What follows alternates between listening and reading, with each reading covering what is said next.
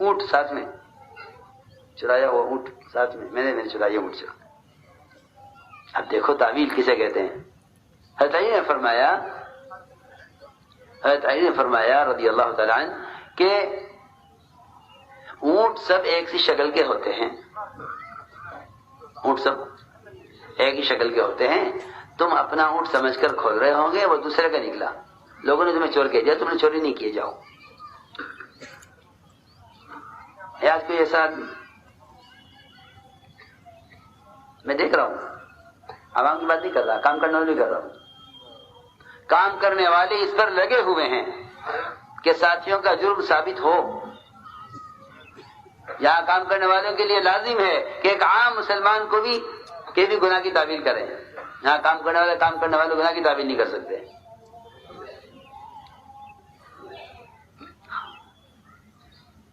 ہمارا ماحول ہے یہ، اس نے یہ کیا، اس نے یہ کیا، اس نے یہ کیا، اس نے یہ کیا، اور کیوں کرتے ہیں؟ تاکہ یہ کریں گے تو یہ عوام کی نظر میں گر جائیں گے، تو پھر اللہ ہم سے کام لے لیں گے۔ جی ہاں، یہ ترکیب ہے، اور معاملہ دوسرا ہی ہے۔ معاملہ خدائی کی قسم یہ ہے کہ جو شخص کسی مومن کو ایمان والوں کے درمیان ذلیل کرتا ہے، وہ اللہ کی نظر میں پہلے ذلیل ہو چکا ہوتا ہے۔ جو اللہ کے نظر میں ذلیل ہو گیا، وہ دوسروں کو ذلیل کر کے عزیز اور عزت والا کیسے ہو جائے گا؟ ہاں، حضرت علی نے فرمایا کہ نہیں، تم نے چوری نہیں کی ہے، اونٹ سارے ایک شکل کے ہوتے ہیں، جاؤ۔ اس جگہ نہیں، ایسا نہیں ہے، میں نے دوسرے کا ہی سمجھ کر کھولا ہے، اپنا سمجھ کر نہیں کھولا۔ یہاں تک روایت میں جب اتنی بات ہو گئی، فرمایا بلاؤ جلاد کو، وہ جلاد آ گیا، تیل گرم ہو گیا، جلاد آ کے بیٹھ گیا ہاتھ کاٹنے کے لیے۔ ابھی کوئی فیصلہ نہیں کیا، حکم نہیں دیا ہاتھ کاٹنے کا، اٹھ کر چلے گئے حضرت علی، اور کہہ کر گئے کہ میرے آنے تک کچھ نہ کیا جائے۔ پھر آئے، کچھ دیر کے بعد آئے، فوراً نہیں، روایت میں دیر کے بعد آئے۔ لوگ ادھر بیٹھے رہے، اب جب آئیں گے حکم کریں گے، فیصلہ ہوگا ہاتھ کٹنے کا۔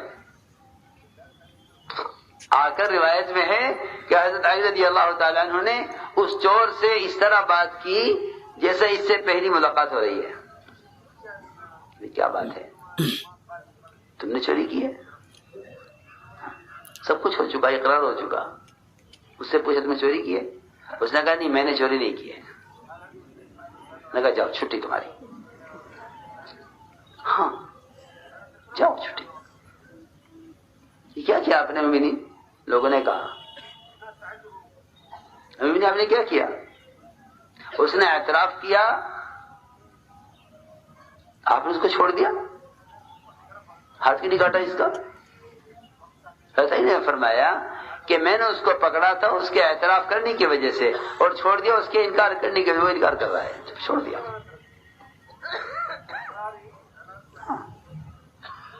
میں نے پکڑا تھا اس کو اس کے اعتراف کرنے کی وجہ سے، چھوڑ دیا اس کے انکار کی وجہ سے۔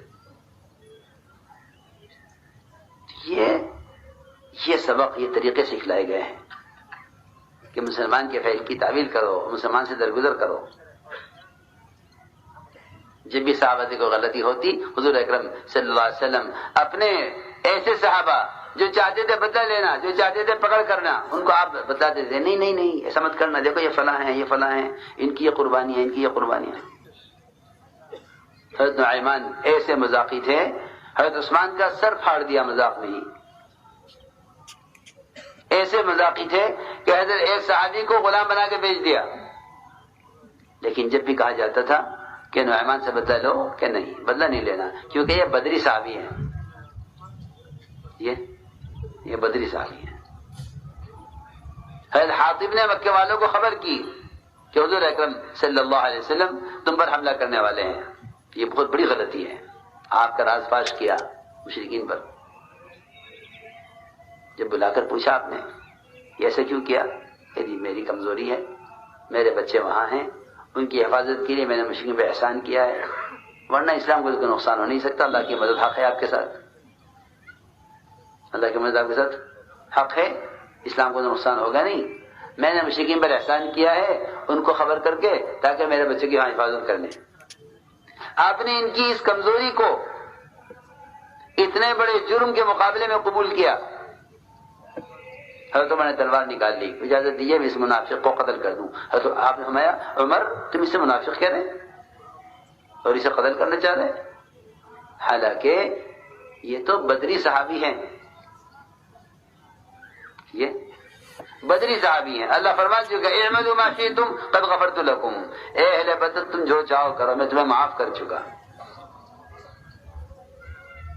یہ سب ہمارے لیے اصول ہیں، اگر ان کی پابندی نہیں ہوگی تو اجتماعیت نہیں ہے، اجتماعیت نہیں ہے تو اللہ کی مدد نہیں ہے.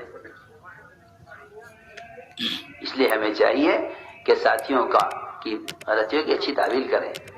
اللہ ہم دنیا کے تمام مسلمانوں کی غیبت، بہتان تراشی اور دوسروں کے اندر کمی اور برائی نکالنے جیسے بدترین گناہ سے حفاظت فرمائے، اور اپنی ذات کی اصلاح اور ایک ایک امتی کی اصلاح کی فکر عطا فرمائے. میرے دوستو، آپ سب کو حضرت جی کا بیان کیسا لگا یا آپ سب ہمیں کمنٹ میں لکھ کر ضرور بتائیں. چلتا ہوں، السلام علیکم.